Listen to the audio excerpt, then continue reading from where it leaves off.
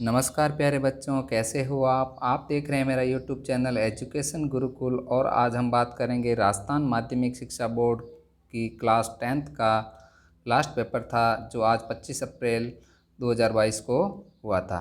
Video में इस Hindi paper को पूरा सॉल्व किया गया है, जिसको आप अच्छे से देख करके अपने अंकों का अनुमान लगा सकते हैं।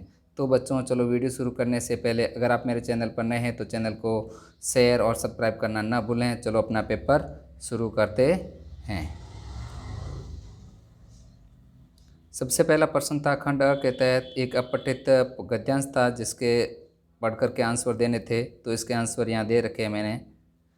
उपयुक्त गद्यांश का उचित शीर्षक देना था, तो शीर्षक है तुलसी के काव्य की उपयोगिता। नेक्स्ट क्वेश्चन था, करोड़ों हिंदी भाषियों के लिए धर्म ग्रंथ, नीति ग्रंथ, काव्य ग्रंथ हैं। तो इसका आंसर होगा बच्चों रामचरितमानस। नेक्स्ट क्वेश्चन था, रामचरितमानस की अपूर्व भूमिका क्या रही। तो इसका आंसर होगा बच्चों जातीय एकता का भाव उत्पन्न करने में। 4 नंबर क्वेश्चन, गांव में तुलसी और सूर के रचनाओं का पाठ होता रहा है। इसका आंसर होगा बच्चों शताब्दियों से। 5 नंबर क्वेश्चन, भक्ति आंदोलन और तुलसी काव्य का राष्ट्रीय महत्व है। तो इसका राष्ट्रीय महत्व होगा भारतीय जनता की भावात्मक एकता दृढ़ हुई है। नेक्स्ट, एक अपठित काव्यांश था, जिसको पढ़ कर के आंसर देना था। इसमें 5 क्वेश्चन आए थे। तो इसका पहला क्वेश्चन था, उपयुक्त काव्यांश का उचित शीर्षक देना था। तो इसका उचित शीर्षक थे रैदास का समर्पण भाव। क्वेश्चन नंबर 7, रैदास जी ने भगवान को चंदन कहकर स्वयं को क्या कहा। तो यहाँ पर आंसर होगा बच्चों स्वयं को पानी का। बरे शब्द का अर्थ है, बरे का अर्थ होगा यहाँ पर बच्चों जलती हैं। नेक्स्ट क्वेश्चन, उपयुक्त काव्यांश में कवि रैदास ने ईश्वर के किस रूप का वर्णन किया है। तो यहाँ पर ईश्वर के लौकिक रूप का वर्णन किया है।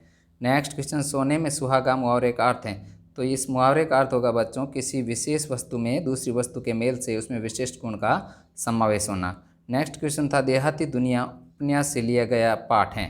तो माता के आंचल से। अगला क्वेश्चन, साना साना हाथ जोड़ी पाठ में वर्णन है। तो यहाँ पर पाठ में हिमालय की यात्रा का वर्णन किया गया है। क्वेश्चन नंबर 2, रिक्त स्थानों की पूर्ति करनी चाहिए थी। तो इसका पहला था, जिस संज्ञा शब्द से व्यक्ति के नाम का बोध होता हो उसे व्यक्तिवाचक संज्ञा कहकर। तो यहाँ पर बच्चों यहाँ पर इसके अंदर आएगा व्यक्ति शब्द।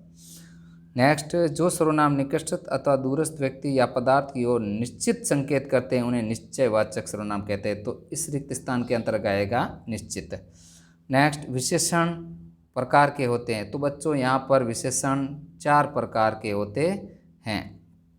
अगला क्वेश्चन, ऐसे शब्द जिनके स्वरूप में लिंग, वचन, काल आदि के प्रभाव से कोई परिवर्तन नहीं होता हो, अविकारी शब्द होता है। यहाँ पर रिक्त स्थान के अंदर आएगा परिवर्तन। 5 नंबर, संस्कृत में कुल 22 उपसर्ग होते हैं। संस्कृत में उपसर्गों की संख्या होती है 22। ये सभी उपसर्ग तत्सम शब्दों के साथ हिंदी में प्रयुक्त होते हैं।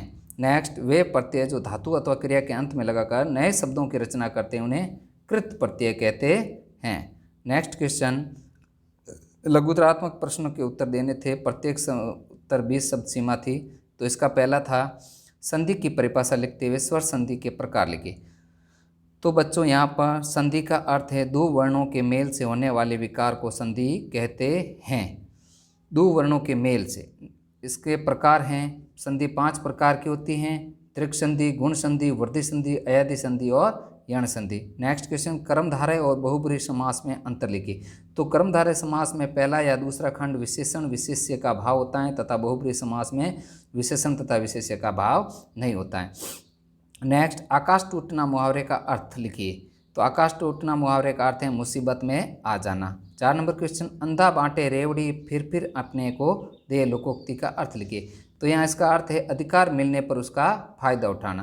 5 नंबर क्वेश्चन, नेताजी का चश्मा पाठ किसके योगदान को दर्शाता है। तो यहाँ पर बच्चों नेताजी का चश्मा पाठ नेताजी के प्रति सम्मान, उनकी देशभक्ति की भावना को दर्शाता है। क्वेश्चन नंबर 6, मन्नू भंडारी के पिता की सबसे बड़ी दुर्बलता क्या थी।